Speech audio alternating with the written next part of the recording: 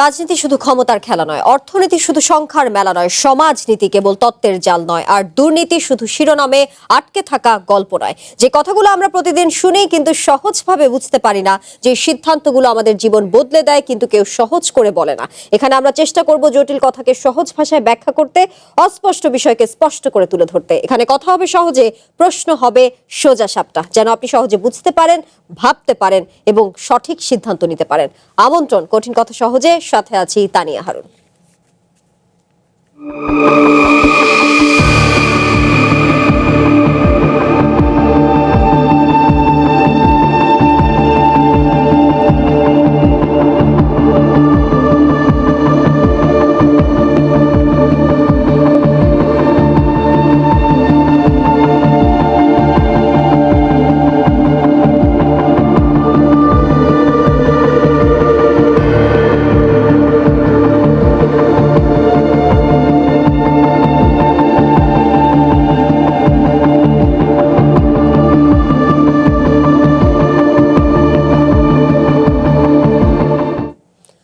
Doctor ইউনূসের অন্তর্বর্তী সরকারের সময়ে রাজনৈতিক অস্থিরতা, অরাজকতা, খুন, ধর্ষণ, লুটপাট, অগ্নিসংযোগের ঘটনায় জনজীবন যখন বিপর্যস্ত ছিল, সেই পরিস্থিতির মধ্য দিয়েই ক্ষমতা গ্রহণ করে বিএনপি সরকার।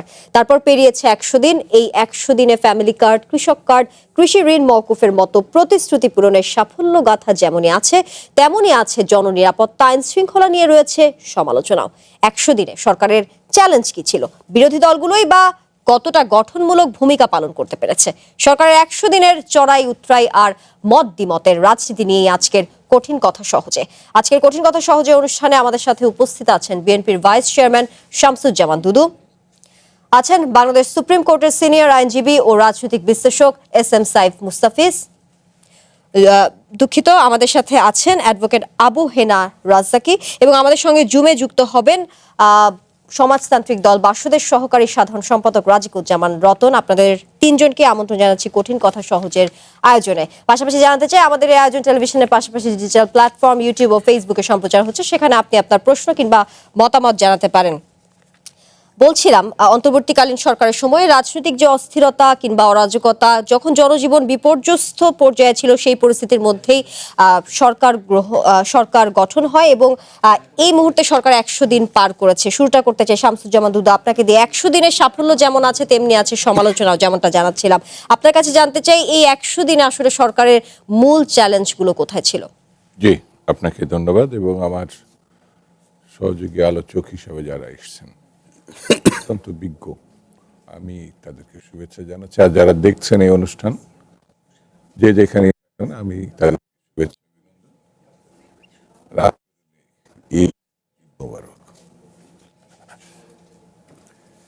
এটা 3 মাসের পেরিয়েছে একটা সরকার।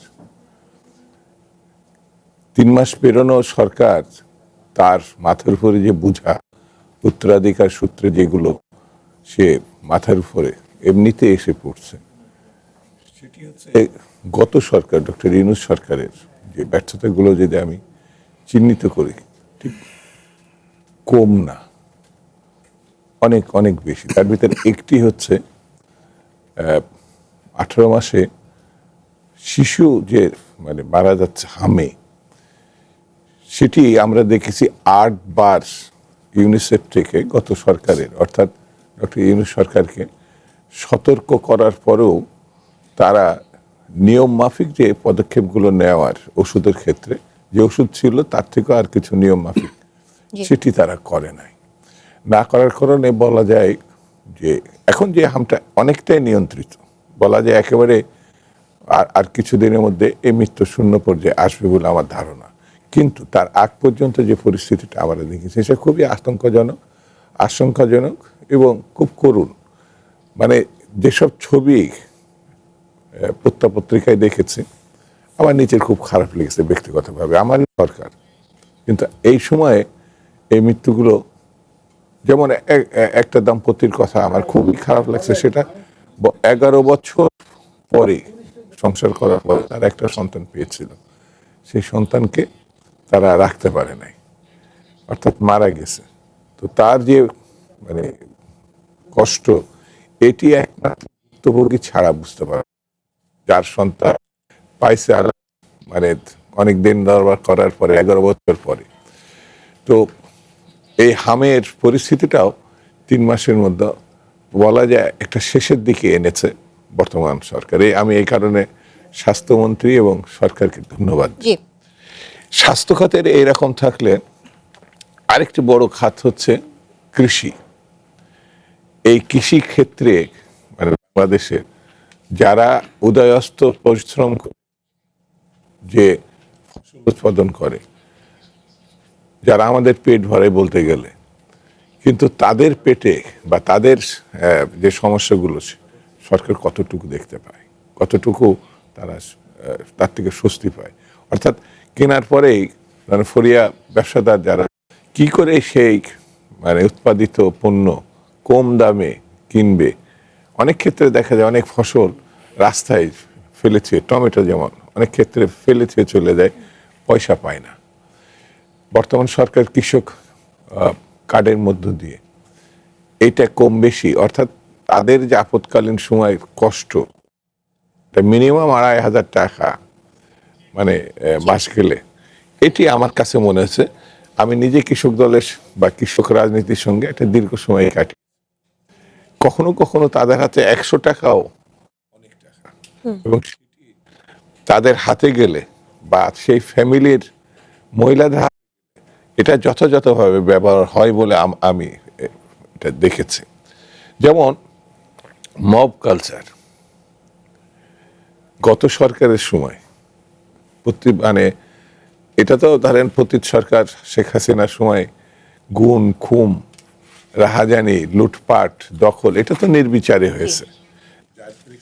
18 বছরের যে সংঘাত থেকে বেরিয়ে আসা গণপ্রস্তুতি, গণঅভ্যুত্থান, 24-এর গণঅভ্যুত্থান, সেই গণঅভ্যুত্থানের মধ্য দিয়ে শেখ হাসিনার মানে কলঙ্কময় যে শাসন সেটা বিদায় নিতে হয়েছে। তারপরে 18 মাসে ডক্টর ইউনূসের সময়ে মবতন্ত্র বলতে যেটা আমরা দেখেছি, মব জাস্টিস বলছে, আমার কাছে মনে হয়েছে মব জাস্টিস না, এটা মানুষের আতঙ্কের একটি কারণ ছিল। সেই ঘটনাগুলো যাকে তাকে একটা ট্যাগ দিয়ে, মানে তাকে আমি আঘাত করব বা এই বাড়িটা আমি দখল করব, একটা ট্যাগ দিয়ে সে লুটপাট। যেমন খেয়াল আছে কিনা উত্তরাতে একটা শপিং কমপ্লেক্সে জাস্ট রিক্সাওয়ালা মারা গেছে এই কথা বলে একেবারে নির্বিচারে এবারে কোটি কোটি টাকা লুটপাট করেছিল ওই সময়। তো মবতন্ত্রটাকে মোকাবেলা আমার কাছে মনে হয় খুব কঠিন একটি বিষয় ছিল, অর্থাৎ এটি সবচেয়ে বড় চ্যালেঞ্জ ছিল সেটাই বলছি সেই সময়। কিন্তু এখন আইন শৃঙ্খলা যদি পুনরুদ্ধার করতে এই মবতন্ত্র আপনাকে জি মানে ঠেকাতে হবে, সেটাও আমার মনে হয় আইনের শাসনের ক্ষেত্রে একটা বড় ঘটনা।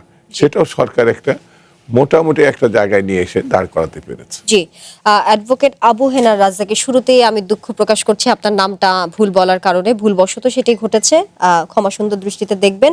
আপনার কাছে প্রশ্ন রাখতে চাই, যেহেতু 100 দিন পার হয়েছে, সেই ক্ষেত্রে প্রতিশ্রুতি কতটা পূরণ করতে পেরেছে সরকার, কিংবা যেমনটা শামসুজ্জামান দুদু বলছিলেন যে আইন শৃঙ্খলা পরিস্থিতির অবনতি ছিল, এখন খুব একটা উন্নতির দিকে হয়তো সরকার এগিয়েছে। আপনারও কি সেই মতামত, আপনিও কি একমত যে যতটা আইন শৃঙ্খলা পরিস্থিতির অবনতি হয়েছে ততটাই কি উন্নতি বা কোনো অংশে কতটা উন্নতি করতে পেরেছে, সেই প্রশ্নটা রাখতে চাই। বাংলাদেশে এলো এই প্রথম টাচলেস আরএকে সেন্সেশন ওয়াটার ক্লোজেট। ধন্যবাদ আপনাকে এবং আমার শ্রদ্ধাভাজন দুদু ভাইয়ের সাথে কথা বলতে বসলে আমি একটু চিন্তিত থাকি কখন দুদু ভাই আমার উপরে মনক্ষুণ্ণ হয়, রাগ করবে না, মনক্ষুণ্ণ হয় কি না।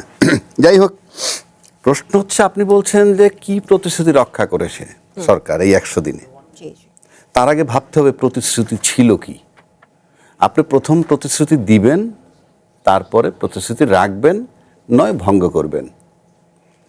যেমন এই সরকার ক্ষমতা আসার পর 3-4 দিন পর আমরা দেখতে পাইছি এরকম যে চাঁদা নিয়ে কথা হয়েছে, তখন বলছে যে সমততার ভিত্তিতে যদি কেউ টাকা পয়সা নেয় তাহলে সেটা চাঁদা নয়। প্রশ্ন হচ্ছে যে আমার কাছে চাইলেন আপনি 5,000, আমি দিলাম আপনাকে 1,000, মানে সমঝোতা করে। আপনি 5,000 চাইবেন কেন? অধিকারটা আপনাকে কে দিয়েছে? এটা যখন বক্তব্য দেয় তখন মনে হয় যে চাঁদা আদায়ের প্রতি ছাড়পত্র দেয়া হয়, আমার কাছে মনে হচ্ছে। এইবার আসেন সংসদে প্রথম একটা অধিবেশন হয়ে গেল। এই অধিবেশনে আমরা কি দেখলাম?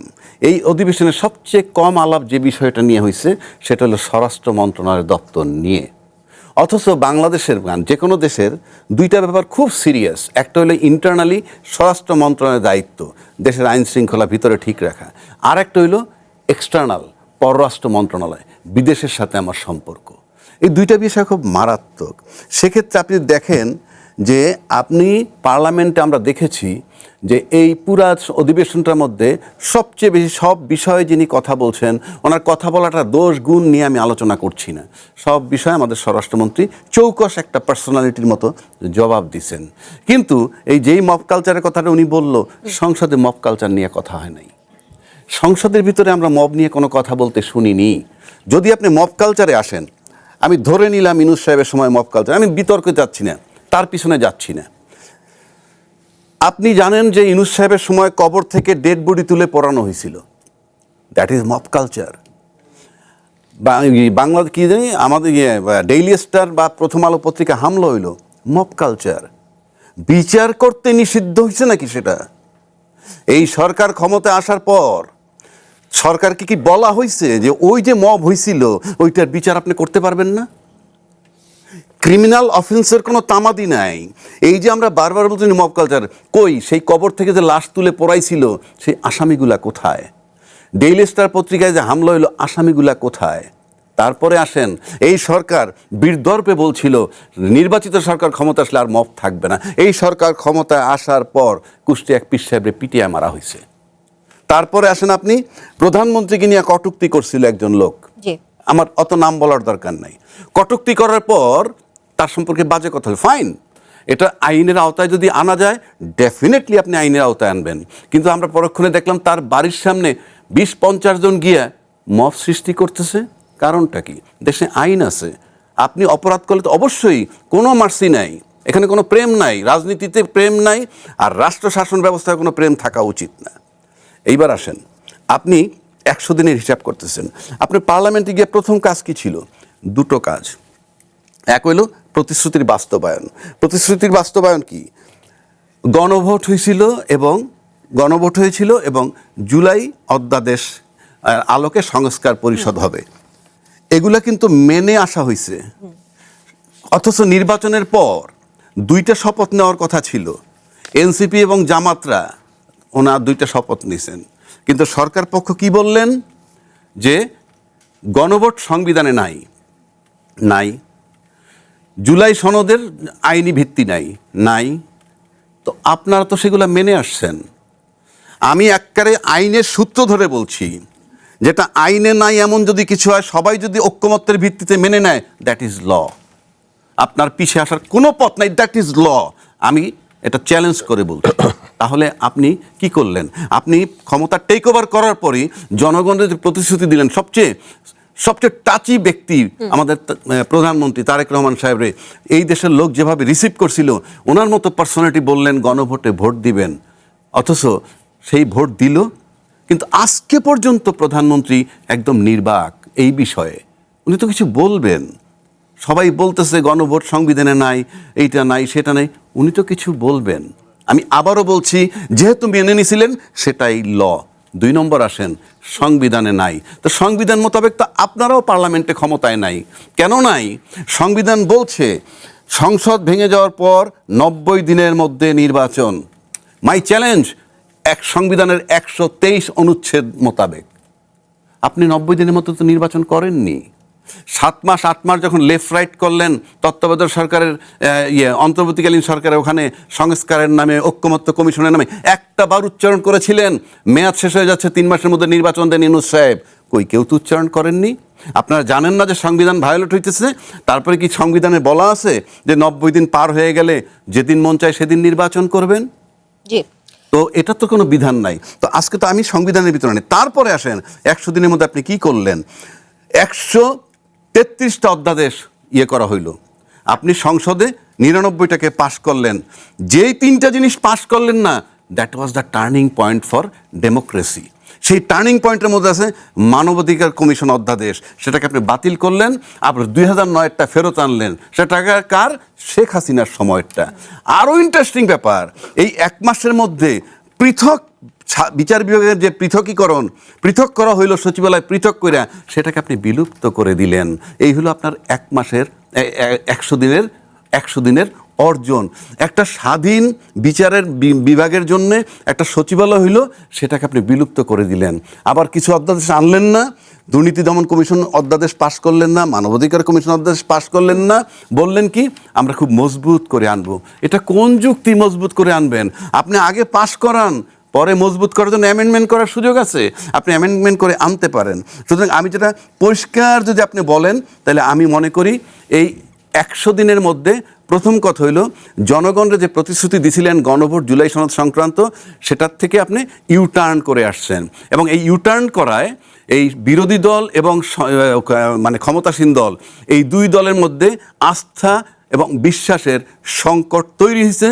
এবং এই সংসদ, আমি বলে দিচ্ছি, এটা যতদিনই থাকুক, 5 বছর থাকার কথা, এটা অকার্যকর সংসদ হিসেবে এস্টাবলিশড হয়ে গেছে অলরেডি। সুতরাং আমাদের 100 দিনের রেজাল্ট আমরা এইটা নিতে পারি, একটা নির্বাচিত সরকারের অনেক কাঙ্ক্ষিত অনেক ঘটনার পর আসা সংসদটা স্থবির হয়ে গেছে, সামনে এটাই চলমান থাকবে। আর একটা বিষয় হলো ইউনূস সাহেবের হামের কথা বলতেছেন, ইয়েস, দুঃখজনক, কোনোভাবে মানা যায় না।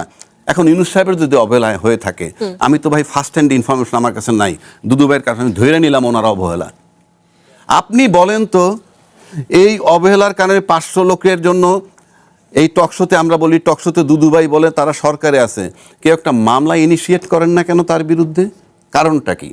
তাহলে কি এটা আমরা এইভাবে দেখছি ইউনূস সাহেবের বিরুদ্ধে হাম নিয়ে অভিযোগটা কি পলিটিক্যাল লেন্স দিয়ে দেখতেছি নাকি লিগ্যাল লেন্স দিয়ে দেখতেছি? যদি লিগ্যাল লেন্স দিয়ে দেখি, তার বিরুদ্ধে মামলা হইতে হবে, নো মার্সি। সে তো পাওয়ারে নাই, সেটা সাধারণ নাগরিক। মামলাটা করছেন না কেন? 2/3 মেজরিটি নিয়ে আপনারা পাওয়ারে আছেন। আর যদি রাজনৈতিক লেন্স দিয়ে দেখেন, পলিটিক্যাল লেন্স দিয়ে দেখেন, যে পলিটিক্সের কারণে বলছেন, স্টপ ইট। বাংলাদেশ এটা একটা দেশ, এই পলিটিক্যাল লেন্স দিয়ে দেখে আপনি এটা আপনি করতে পারেন। পাশাপাশি আরেকটা 1 লাইনে বলে দিই, এই দুদুভাইরা বলেন, এমবিএনপি বলেন 500 মারা গেছে দুঃখজনক, কিন্তু 1400 ডেড বডি যে হইলো গুলি করে মারা হয়েছিল, সেটা আড়াল হয়ে যাচ্ছে কেন? খালি অন্তর্বর্তীকালীন সরকারের দোষ আমি দিচ্ছি, ফাইন, তার অনেক ত্রুটি আছে, কিন্তু আমরা কিন্তু 14 বছর 15 বছর আড়াল হয়ে গেছে। আমাদের টিভি খুললে এখন আলাপ পাই খালি অন্তর্বর্তীকালীন সরকার কি করছে, আগেরগুলো কি জায়েজ? ঘটনা তো অন্তর্বর্তীকালীন সরকার আসলোই তো এই 16 বছরের অপকর্মের জন্যে, সেটা ম্লান হয়ে গেল, কারণটা কি? জি, এই সংকট নিয়ে কিংবা গণভোট জুলাই নিয়ে যে প্রতিশ্রুতির কথা বলছিলেন অ্যাডভোকেট আবু হেনা রাজিকে, সেই প্রশ্নের উত্তর শামসুজ্জামান দুদু আপনার কাছে নেব। তার আগে একটু রাজিকুজ্জামান রতন একই প্রশ্ন নিয়ে আপনার কাছে আসতে চাই। সরকারের 100 দিন নিয়ে আমরা আলোচনা করছিলাম, কেমন দেখলেন এই 100 দিনের কর্মকাণ্ড? আইন শৃঙ্খলা পরিস্থিতি নিয়ে কথা বলছিলাম, যে আইন শৃঙ্খলা পরিস্থিতির অবনতি আগে ছিল, অরাজকতা ছিল, সেটি কতটা উন্নতি হয়েছে, কিংবা এখনো দেখা যাচ্ছে যে জননিরাপত্তা প্রশ্নের মুখে 100 দিনের পরেও জনগণের আসলে এই শঙ্কা কেন কাটছে না নিরাপত্তা নিয়ে, কি বলবেন? ধন্যবাদ। একটা বহুল প্রতীক্ষিত নির্বাচন আমরা পেয়েছিলাম। এই নির্বাচনের জন্য 2014, 2018, 2024 তিনটা একটা বিশেষ ধরনের প্রতারণামূলক নির্বাচন আমরা দেখেছিলাম, এবং এর জন্য একটা অভ্যুত্থান সংগঠিত হতে হয়েছিল। এবং অভ্যুত্থানের পরে আমরা প্রায় 18টা মাস নানা ধরনের মানে বলবো যে রাজনৈতিক ক্যারিকেচার আমরা দেখেছি। ক্যারিকেচার শব্দটা খুব খারাপ কথা, তারপরে এটা বলতে বাধ্য হলাম, কারণ আমরা নানা ধরনের আলোচনার মধ্যে এটাই দেখেছিলাম, সময় ক্ষেপণ করার নানা কৌশল সেখানে হয়েছিল, যে কত দেরিতে নির্বাচনটা হওয়া যেতে পারে। আমি এই ক্ষেত্রে একমত যে আবু হেনা রাজ্জাকি ভাই যেটা বলেছিলেন, যে কেন 90 দিনের মধ্যে নির্বাচনটা হলো না, সেই প্রশ্নটাও কিন্তু এখন আমাদের উত্তর খুঁজতে হবে, যে কেন অন্তর্বর্তীকালীন সরকার, তিনি বলতে চেয়েছিলেন যে এই সরকারকে মানুষ 50 বছর দেখতে চায়, কিংবা এই সরকারের দীর্ঘদিন থাকার প্রয়োজনীয়তা আছে, এই কথা নাকি জনগণ বলছিল, এবং এটা নাকি তারা শুনেছেন জনগণের কাছ থেকে। কিন্তু রাজনৈতিক দলগুলোর মধ্যে থেকে বেশিরভাগ রাজনৈতিক দলই চাইছিল যে দ্রুততম সময় নির্বাচন। 2-1টি রাজনৈতিক দল তারাও নির্বাচনটাকে প্রলম্বিত, বিলম্বিত, অথবা নির্বাচনটা না করতে পারলেই ভালো, এরকম একটা ব্যবস্থা ছিল। এগুলোর পরে যখন নির্বাচনটা হলো, নির্বাচনের মধ্য দিয়ে যে আকাঙ্ক্ষাটার ঘনীভূত রূপ এলো, যে নির্বাচনে যে দলটা নির্বাচিত হয়ে এলেন তাদের কাছে তো জনগণ দাবি করবে তাদের অপূর্ণ প্রত্যাশাগুলো তো তার মাধ্যমেই পূরণ হবে, এটাই তো মানুষ চাইবে। কিন্তু সেক্ষেত্রে আমরা প্রথমেই কয়েকটা জিনিস খুবই ধাক্কা খাচ্ছি। সেটা হলো আমাদের সংসদ হলো, সংসদেই তো সংবিধান সংশোধন হবে, সংসদেই তো আইন তৈরি হবে, সংসদেই তো অধ্যাদেশগুলো পাশ হলো। কিন্তু এই সংসদে সংস্কার নিয়ে যত আলোচনাটা হলো, তার চেয়েতে অনেক বেশি গুরুত্বপূর্ণ অনেকগুলো বিষয় কিন্তু আলোচনার মধ্যেই এলো না। যেমন ধরুন, গত 15টা বছর কেন আমরা লড়াই করেছিলাম? আমরা তো দুর্নীতির বিরুদ্ধে, দুঃশাসনের বিরুদ্ধে, বিচারহীনতার বিরুদ্ধে, আমরা প্রশাসনের অবিমৃষ্যকারিতার বিরুদ্ধে। তাহলে আমাদের প্রশাসন, আমাদের বিচার, আমাদের আইন, আমাদের পুলিশ, সেগুলো সংস্কারের বিষয়টা কিন্তু খুব বেশি এলো না। এক। 2 নম্বর হলো কি, যে আমাদের এখানে আমরা স্বাস্থ্য খাতের যে দুরবস্থা, এটা আমরা দেখলাম। এই দুরবস্থা কি শুধুমাত্র আর্থিক কারণে, নাকি অবহেলাজনিত কারণে? অবহেলাজনিত কারণ যদি হয়, তো তার বিরুদ্ধে পদক্ষেপটা নেওয়ার সেই বিষয়টা কিন্তু আমরা খুব বেশি খেয়াল করলাম না। আমরা দেখলাম না যে কৃষিকে কতভাবে অবহেলার পাত্র করে বানিয়ে ফেলা হয়েছে। সেই ক্ষেত্রে এই বর্তমান সরকারের ঘাড়ের উপর কিন্তু এই দায়িত্বটা এসে পড়েছে। এবং এবার সরকার আসার পরে পরেই যে অকাল বন্যা বলি বা বলবো যে অকাল বর্ষণ বলি, হাওরে যে বিপুল পরিমাণ ফসল হানি হলো, সেই ক্ষেত্রেও আমরা কিন্তু পরবর্তী পদক্ষেপগুলো কি হবে সেই পদক্ষেপগুলোর ব্যাপারে আমরা দেখতে চাইবো যে আগামী বাজেটে কৃষিটাকে আসলে কিভাবে দেখা হয়। আমরা দেখতে চেয়েছিলাম যে বাজার ব্যবস্থাটা কিভাবে নিয়ন্ত্রণ হবে। বাজার ব্যবস্থা কি সিন্ডিকেটের হাতে থাকবে? আমাদের কৃষক ফসলের দাম পাবে না, আর ভোক্তারা ন্যায্য মূল্যের খাদ্য সামগ্রী পাবে না। ছোট্ট একটা উদাহরণ দিয়ে বলি যে আমাদের যে বড় মৌসুমে তো আমাদের মোট ধানের বেশিরভাগটাই উৎপাদিত হয়। তো সেই বড় মৌসুমে দেখুন, সরকার বললেন তিনি 6 লক্ষ টন ধান কিনবেন এবং 9 লক্ষ টন চাল কিনবেন। চাল কিনবেন কার কাছ থেকে? চালকল মালিকের কাছ থেকে। ধান কিনবেন কার কাছ থেকে? কৃষকের কাছ থেকে। তা ধান তো কেনা দরকার ছিল বেশি, এবং ধানের দাম হলো 36 টাকা মন, 36 টাকা কেজি। চালের দাম নির্ধারণ করা হলো 49 টাকা কেজি। আচ্ছা, বাজারে এখন মোটা চাল কত দামে বিক্রি হয়? মোটা চাল তো 58 থেকে 60 টাকার নিচে পাওয়া যাচ্ছে না। আর কৃষকের যে 36 টাকা কেজিতে ধান কেনার কথা ছিল, তার মানে 1440 টাকা মন ধানের হওয়ার কথা, কৃষক কিন্তু 900, 950, 1000 টাকায় ধান বিক্রি করতে বাধ্য হচ্ছে। ফলে কৃষকের দামের সেই নিশ্চয়তাটা কিন্তু তৈরি করা যাচ্ছে না। আর বাজারে ভোক্তা যে তার নির্ধারিত দামে চাল কিনতে পারবেন, সেটারও কিন্তু ব্যবস্থাটা আমরা দেখতে পাচ্ছি না। জি। ফলে বাজার ব্যবস্থাপনার ক্ষেত্রে যে ভূমিকাটা পালন করা দরকার ছিল, ফলে আমরা সংস্কার, সংবিধান, সেই সমস্ত আলোচনা তো শুনবই, কিন্তু মানুষের জীবনের সামনে সবচেয়ে বড় বিষয় এসে দাঁড়িয়েছে, হামে কি আমাদের সন্তানরা মরতে থাকবে? আমাদের ফসল কি অর্থাৎ কি এই কোনোভাবে তলিয়ে এটা যেতে থাকবে? সমাধান পাওয়া যাচ্ছে না? বা আপনি যেটা বলছিলেন, যে যেমনটা অ্যাডভোকেট আবু হেনা রাজ্জাকিও বলছিলেন, যে ইন্টারিম গভর্নমেন্টের বিরুদ্ধে আসলে তেমন কোনো পদক্ষেপ এখন পর্যন্ত কেন নেওয়া হলো না আইনগতভাবে বা পলিটিক্যাল যে বিষয়টা, সেটা একটা জিনিস আমি বলি যে 3 মাসের মধ্যে একটা সরকারের কাছ থেকে তো আমি এখনই সাফল্য আশা করি না, কিন্তু পদক্ষেপগুলো আশা করি যে কোন পদক্ষেপটা গ্রহণ করলে আমরা সাফল্যের দিকে যাব, জি। সেই পদক্ষেপগুলো আমরা প্রত্যাশা করি। জি, আমরা এই বিষয়ে আরো শুনবো, এবং সেই সাথে শামসুজ্জামান দুদু, আপনার কাছেও কিছু প্রশ্ন রেখে দিয়েছে যে জনগণকে গণভোট জুলাই নিয়ে যে প্রতিশ্রুতি, যেটি নিয়ে ইউটার্ন নিয়েছে সরকার, যেমনটা অ্যাডভোকেট আবু হেনা রাজ্জাকি বলছিলেন। বাংলাদেশে এলো এই প্রথম টাচলেস আরএকে সেন্সেশন ওয়াটার ক্লজেট।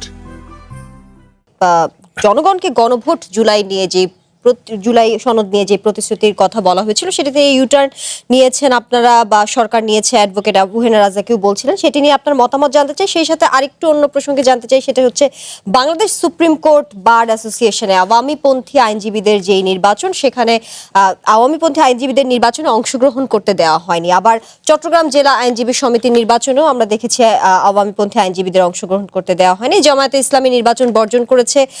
অনেকটা একতরফাভাবে আমরা বলতে পারি যে বিএনপি প্রার্থীরা জয়লাভ করেছেন। এখন অভিযোগ উঠেছে আওয়ামী লীগের সময়ের আমলেও এই ধরনের একতরফা নির্বাচন দেখা গেছে। তো একই ব্যবস্থা কি রয়ে গেল? আসলে নতুন বাংলাদেশ কোথায়? না, ওই আওয়ামী লীগের সঙ্গে বাংলাদেশের এখনকার মানে বিএনপির পিরিয়ডে এক করে দেখাটা ঠিক হবে না। আওয়ামী লীগে এত বড় নৃশংস, এত বড় হত্যাকারী, এত বড় গুম, এত বড় তহবিল তসরুপকারী, আপনি 3 মাসের একটা সরকারের সঙ্গে তখনও দেখা গেছে, এখনো। তার মানে এটা হচ্ছে 20 বছরের সরকার, ওটাও 20 বছরের সরকার। হাসিনা এবং তারেক রহমান একই সময়ে। তাহলে সুপ্রিম কোর্ট সচিবালয় সরকার কেন বিলুপ্ত করলো, বা বিলুপ্ত করার পেছনে আসলে যুক্তিটা কি ছিল? না না, এটা তো অবশ্যই মানে আমি দুটো মিলেই আর কি না না, বলছি। বর্তমান সরকার তার ব্যবস্থাপনা জি। নির্বাচিত সরকার হিসেবে সে তার আইনের বা অন্যান্য বিষয় বলে নিজের মতো করেই দেখবে, তারও একটা ব্যাখ্যা থাকবে।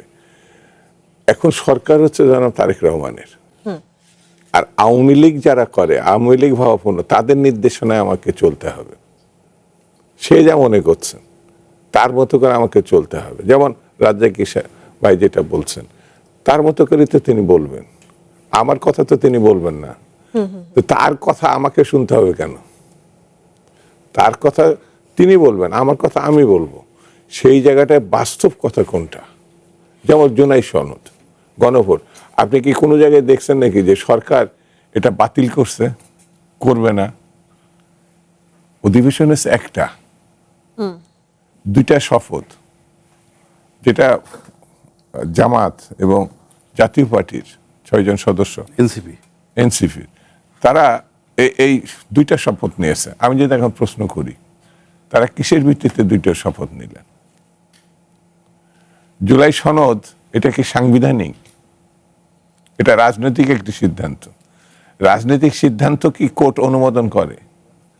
সুপ্রিম কোর্ট তো সংবিধানের ব্যাখ্যাদাতা। তো সুপ্রিম কোর্ট যদি মনে করে সংবিধানের বাইরেও ঘটনা ঠিক আছে, তাহলে সেই সুপ্রিম কোর্টের ব্যাখ্যা আমি শুনতাম। সে তো বলে নাই যে দুটো শপথটা ঠিক আছে। তাহলে পরে তারা সংবিধান বিরোধী দুটি কাজ ইতিমধ্যে করে ফেলছে। বিএনপি বলে নাই যে আমরা জুলাই সনদ এবং গণভোট বাতিল করছি, এটা মানি না। আপনার অধিবেশন হয়েছে একটা, সবে মাত্র আপনার ওই যে কাবিনে সই করছে, মানে বর আর বধূ, এখনো ঘরে ঢুকতে পারে না, এখনো সংসার শুরু করতে পারে না। এখনই আমি বধূর রান্নাও ঘরে যাই নাই, আমি রান্না নিয়ে প্রশ্ন তুললাম, রান্না কি আদৌ জানে? মানে সে ঘরেই ঢোকে নাই, রান্নাঘরে তো যাই নাই।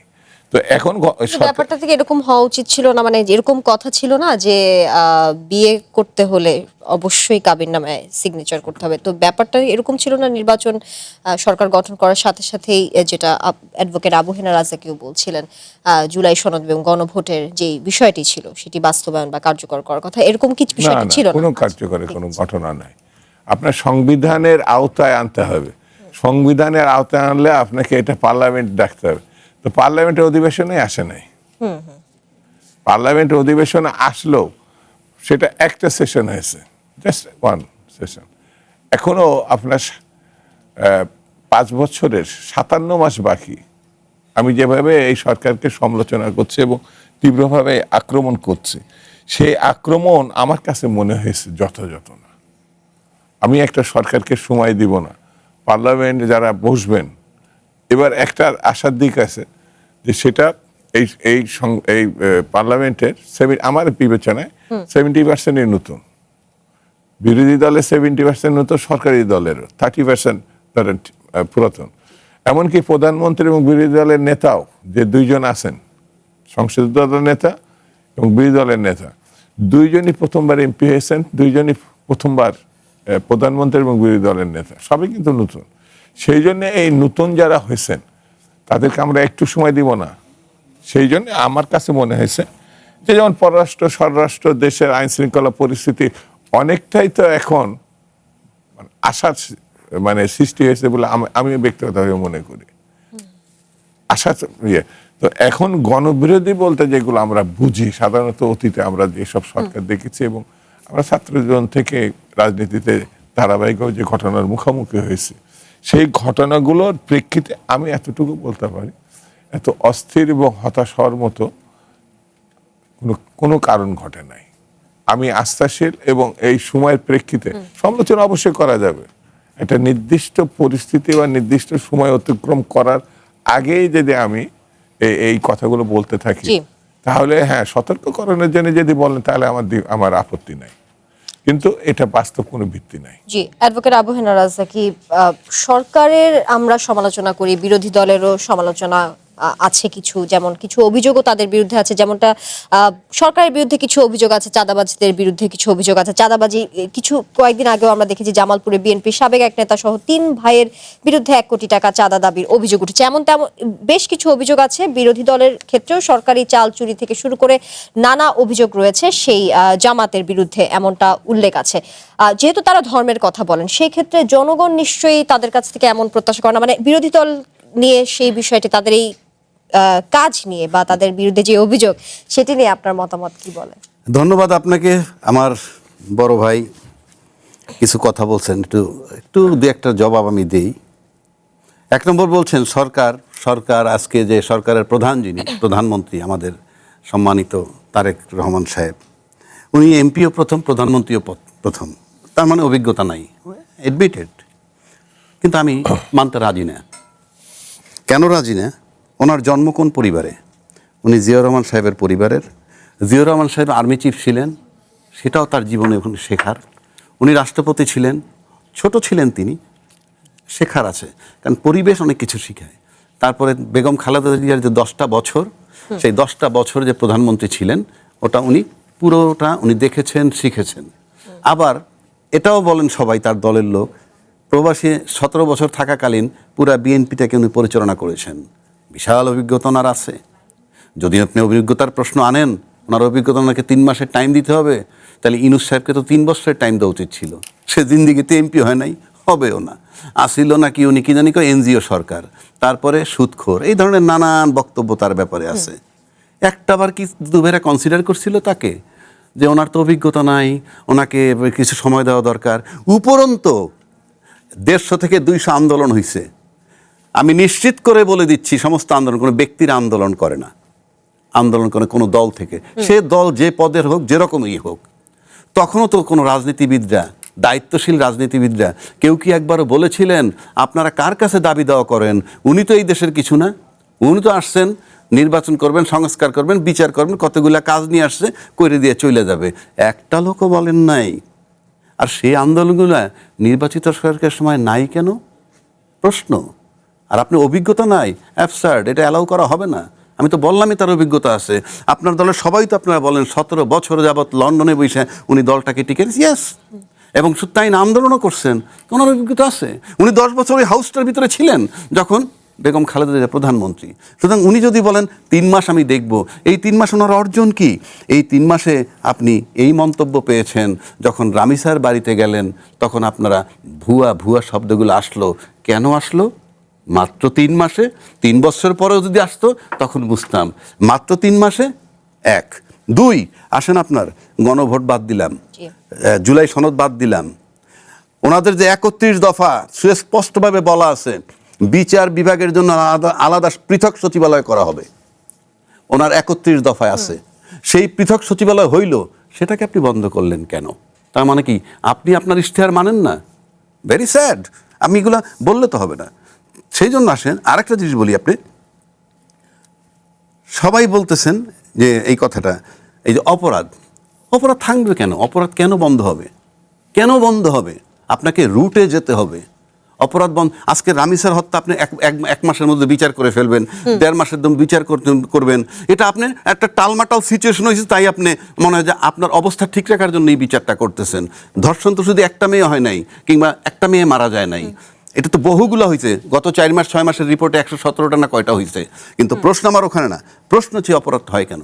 আপনারা যদি লক্ষ্য করবেন, যিনি ধর্ষণ করতেছেন এবং মেরে ফেলতেছেন তিনি কিন্তু জানেন যে এটা শাস্তি কি।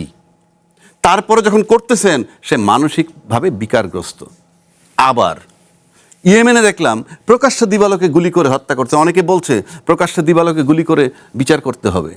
আপনি প্রকাশ্য দিবালোকে একটা লোকের যখন হত্যা করতেছেন, সরকারের লোক, দায়িত্বশীল লোক, যেই সে কয়দিন আগে আমি দেখছি ইয়েমেনে ডাক্তার এসে তারে উল্টা করে শোয়াইলো, হ্যান্ডকাপ লাগাইলো, তারপর সুন্দর করে 2টা গুলি মারলো। এই যে গুলিটা মারলো, এই যে গুলিটা মারছে যে লোকটা, সেই লোকটা তো মানসিকভাবে স্বাভাবিক না। কারণ আমাকে 2 কোটি টাকা বেতন দিলেও আমি হত্যাটা করতে পারবো না। আমি 2টা সাইড বলতেছি। আচ্ছা, তাইলে আবার যিনি ধর্ষণ করতেছেন না তিনিও কিন্তু আইনটা জেনে করতেছেন না।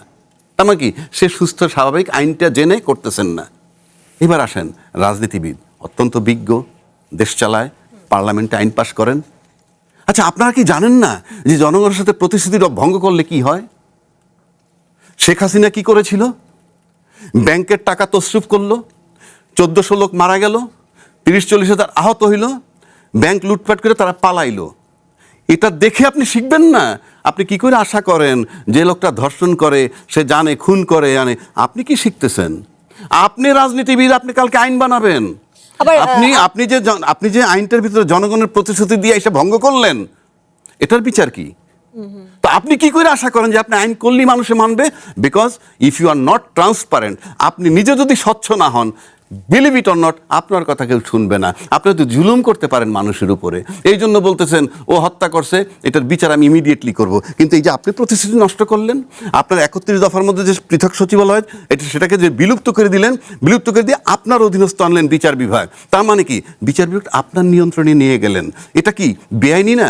আপনি তো অতীত থেকে শিখবেন। অর্থাৎ খুন করলে মৃত্যুদণ্ড, এটার থেকে যেমন আপনি একটা আসামিকে শিখতে বলতেছেন, একইভাবে আপনি রাজনীতিবিদকে শিখতেছেন। You are doing the same thing. So আপনি আশা করেন না to the pure all things are pure. আপনি ভালো তো জগৎ ভালো। আপনাকে আগে ঠিক হতে হবে, পরিষ্কার। সেই জন্য আমি বলছি এখানে কোনো মার্সি নাই, আপনার ট্রান্সপারেন্সি দরকার। আইন পরে, আমি আবারও বলছি, বাংলাদেশের ইতিহাসে এই একটা পৃথক সচিবালয়, যেটা আমার মনে আছে, এটা 96-97 সালে মামলা শুরু হইলো ব্যারিস্টার আমির ইসলামের চেম্বার থেকে, মাজদার হোসেন মামলা।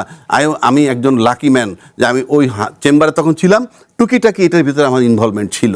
ওই সময় ওইটার ভিতরে ওই ইয়েতে শিরিন শারমিন চৌধুরী ছিল, আজকে সুপ্রিম কোর্টের প্র্যাকটিস করে বদরুদ্দোজা, সে ওখানকার লয়ার ছিল। আমরা সেটা দেখছি, আমাদের হাতের উপর রয়েছে। সেটা বহু আন্দোলন করার পর, অনেক চড়াই উত্তরের পর আপনি যখন একটা পৃথক সচিবালয় করে ফেললেন বিচার বিভাগের জন্য, সেটা আজকে বিএনপি অফিসিয়ালি বিলুপ্ত করে দিল। ভাই, ইতিহাস তো বদলায় না। যেমনিভাবে 1971 সালের ইতিহাস পাল্টায় না, একইভাবে আপনি একটা ইতিহাস তৈরি করলেন। আবার অ্যাডভোকেট আবু হেনা রাজাকে এই যে রামিসা হত্যাকাণ্ডের কথা বলছিলাম, যে 6 ঘন্টার মধ্যে গ্রেফতার করা হয়েছে যে ধর্ষণকারী, কিন্তু 2 মাসে বা 1.5 মাসের মধ্যে আমার যতদূর মনে পড়ে 11 থেকে 12 জন এরকম হত্যা করেছেন, ধর্ষণ করেছেন, যাদেরকে এখনো গ্রেফতার করা হয়নি। তাহলে কি তীব্র প্রতিবাদের সুর না হলে কি গ্রেফতার করা যাবে না? আপনাকে বললামই, টালমাটাল সিচুয়েশন হয়েছে, তাই গভর্নমেন্টকে ট্যাকেল করার জন্য স্টেপস নিন দ্রুত। আমি তো আবারও বলতেছি, আপনি সরকার নিজে আগে আইন মানেন। আপনি মানুষের প্রতিশ্রুতি রক্ষা করেন নাই। আপনি অতীত সরকারে দেখছেন যে জনগণের প্রতিশ্রুতি রক্ষা না করলে কি হয়, সেখান থেকেই আপনি শিখতেছেন। You are doing the same thing. Rajikuzzaman Ratan, আইন মন্ত্রণালয়ের অধীনে বিচার বিভাগের প্রশাসনিক কার্যক্রম ফিরে যাওয়ায় বিচার বিভাগের স্বাধীনতা কতটা ক্ষতিগ্রস্ত হতে পারে, আপনার মতামত কি বলে? আপনার মূল্যায়ন জানতে চাই। ধন্যবাদ। তার আগে দুটো বিষয় একটু বলতে চাই। যেমন ধরেন, নারী শিশু নির্যাতনের যে ভয়াবহতা, এটা যে তীব্র রূপ নিয়েছে, সরকার চাইলে কিংবা পুলিশ চাইলে যে কিছু ঘটনা দ্রুত সমাধান করার দিকে যাওয়া যায়, তার কিছু দৃষ্টান্ত আছে। রামিসারটা যেমন, ঠিক তেমনি চুয়াডাঙ্গায় 71 বছর বয়সের একজন নারীকে যে ধর্ষণ করা হলো, মানে একটা সমাজ কতখানি কালচারালি অধঃপতিত হলে এই জায়গায় যেতে পারে, তার একটা ছোট্ট দৃষ্টান্ত এটা। কিন্তু দেখুন, সেখানে কিন্তু 2 জনকে গ্রেপ্তার করা হয়েছে। তার মানে যদি পুলিশ বাহিনী চায়, তৎপর হলে তারা কিন্তু ধরতে পারে। এখন আমাদের এইটাকে, পুলিশ বাহিনীর এই সক্ষমতাটাকে যেন সার্বজনীন করা হয়, এটা যেন সিলেক্টিভ না হয়, যে কোন ঘটনায় তিনি তৎপর হবেন, কোন ঘটনায় তিনি তৎপর হবেন না, এই বিষয়টা যেন না হয়, এটা একটা দিক। দ্বিতীয়ত যে বিষয়টা বললেন, যে বিচার বিভাগ নিয়ে আমাদের প্রশ্নটা সবসময়, মানুষের তো শেষ ভরসা বিচার বিভাগ। সেটা যদি নিরপেক্ষতা না থাকে, সেটা যদি কার্যকর না থাকে, সেটা যদি মর্যাদা সম্পন্ন বিচার বিভাগ না হয়, তাহলে মানুষ তার শেষ আশ্রয়স্থল, যেটা শেষ ভরসার জায়গা, সেখানে তার যেতে পারবে না। বিচারহীনতার সংস্কৃতি কিন্তু সমাজের নৈরাজ্য তৈরি করে। আমরা যে মব সংস্কৃতির কথা বললাম, মব ভায়োলেন্সের কথা বললাম, এটাও কিন্তু এক অর্থে বিচার ব্যবস্থার প্রতি মানুষের অবজ্ঞারই একটা বহিঃপ্রকাশ। ফলে বিচার বিভাগকে যদি আমরা সুষ্ঠু, অবাধ, নিরপেক্ষ বিচারের উপযোগী করে গড়ে তুলতে চাই, তাহলে বিচার ব্যবস্থার 3টা জিনিস আছে। একটা হলো যে আইনটা গণতান্ত্রিক কিনা, বিচারকরা মর্যাদা সম্পন্ন কিনা, তৃতীয়ত আইনজীবীরা তারাও নিজেদের মর্যাদাটা নিজেরা রক্ষা করতে পারেন কিনা। আইনজীবী সংসদের মানে নির্বাচনগুলো সেটাও কিন্তু বোঝায় যে আইনজীবীরাও আসলে তারা তাদের মর্যাদাটাকে রক্ষা করতে চান বা পারেন। এই তিনটা যে বিষয় যেমন খেয়াল করা দরকার। পাশাপাশি আমরা দেখি যে বিচার বিভাগের স্বাধীনতার কথা আমরা বলেছিলাম। আমাদের দেশে সবাই বলছে যে আমাদের দেশটা স্বাধীন, আমাদের পুলিশ বিভাগ স্বাধীন, আমাদের প্রশাসন স্বাধীন, আমাদের বিচার বিভাগ স্বাধীন। তাহলে সবাই স্বাধীন, তাহলে কেন বিচার পাই না? তার মানে কি মানুষগুলো পরাধীন? তাহলে আমাদের কি বিচার বিভাগ তো একদিকে একটা টাকা পয়সার অধীন হয়ে আছে, দ্বিতীয়ত যদি চেহারা দেখে বিচার করা, চেহারা দেখে জামিন পাওয়া, আমরা অন্তর্বর্তীকালীন সরকারের সময় যেমন দেখেছি বিশেষ বিশেষ কিছু আইনজীবী দাঁড়ালে জামিন হয়ে যায়। আওয়ামী লীগের 15 বছরের সময় আমরা দেখেছি বিশেষ বিশেষ ব্যক্তিরা দাঁড়ালেই জামিন হয়ে যায়। এখনো কি সেটারই ধারাবাহিকতা থাকবে? বিশেষ ব্যক্তি আদালতে হাজির হলে জামিন হন, আর বিশেষ ব্যক্তি থাকলে তো কখনোই জামিন হবে না। এইরকম পরিস্থিতি যদি হয় তাহলে বিচার বিভাগ কি নিরপেক্ষ থাকবে? ফলে আমরা এই জন্যই দেখতে চাই বিচার বিভাগের স্বাধীনতা একটা গণতান্ত্রিক মূল্যবোধ রক্ষা করার জন্য খুবই গুরুত্বপূর্ণ, এবং পুলিশের যে পুলিশ বিভাগের সক্ষমতা এবং গণতান্ত্রিক পুলিশ ব্যবস্থাপনা, এই দুটো না থাকলে যে দুর্নীতি দূর করা বলি, অথবা দুঃশাসন দূর করা বলি, অথবা আইন শৃঙ্খলার অবনতি বলি, অথবা নারীর উপর নিপীড়ন এবং নির্যাতন বলি, কোনোটাই যে সুষ্ঠুভাবে করা যাবে না, এটা আমাদের খেয়াল করা দরকার। ফলে পুলিশের যেমন সংস্কার দরকার, বিচার বিভাগের গণতন্ত্রায়নটা খুব দরকার। অর্থাৎ দুটি একই সাথে সংস্কার প্রয়োজন। বাংলাদেশে এলো এই প্রথম টাচলেস আরএকে সেন্সেশন ওয়াটার ক্লজেট। অনুষ্ঠানে শামসুজ্জামান দুদু, সরকার প্রধানের মধ্যে আমরা যে কর্মস্পৃহা বা উদ্যম দেখছি সেটার বিস্তার কি সরকারের মন্ত্রী সচিব বা দলের যে কর্মীরা আছেন তাদের মধ্যেও ঘটছে? আমরা কি তাদের মধ্যে তেমন কর্মস্পৃহা দেখতে পাচ্ছি যদি আমরা সব ঘটনা বিশ্লেষণ করি, নাকি কোথাও কোনো ঘাটতি আছে? না, একটু ঘাটতে আছে এই মুহূর্তে আমার কাছে মনে হয় না। একটা কথা বলতে পারেন যে সরকার প্রধান হিসেবে যেন তারেক রহমানের সঙ্গে ঠিক মতো একই পদক্ষেপে চলতে পারছে কিনা। তো সরকার প্রধান আর অন্যান্য বিভিন্ন ডিপার্টমেন্টাল এক একটা মন্ত্রণালয়ের এক এক ধরনের সমস্যা, একটু প্রশাসনিক কিছু থাকতে পারে, মাঠ পর্যায়ের কিছু সমস্যা থাকতে পারে। তো সরকার বুঝতে বুঝতে তো 6 মাস যায়, যে ডিপার্টমেন্টই হোক, একটা মন্ত্রীকে বা নতুন সচিবকেও মানে প্রশাসনিক কাজে সমন্বয় তৈরি করতে তো একটা সময় লাগে। যেমন গণতান্ত্রিক শাসনে আপনাকে জনগণকে যদি ক্ষমতায়ন করতে চান তাহলে সরকারের সমালোচকদের, বিশেষ করে বিরোধী দল, শ্রেণী পেশার মানুষ, সবাইয়ের মুখকে আপনার খোলা রাখতে হবে, গণমাধ্যম, এবং ওই সমালোচনাকে যদি আপনি ধারণ করা যায়, মানে সরকার ধারণ করতে পারে, গণতান্ত্রিক বিধি ব্যবস্থায় বিরোধী দলের থেকে বেশি লাভবান হবে সরকার।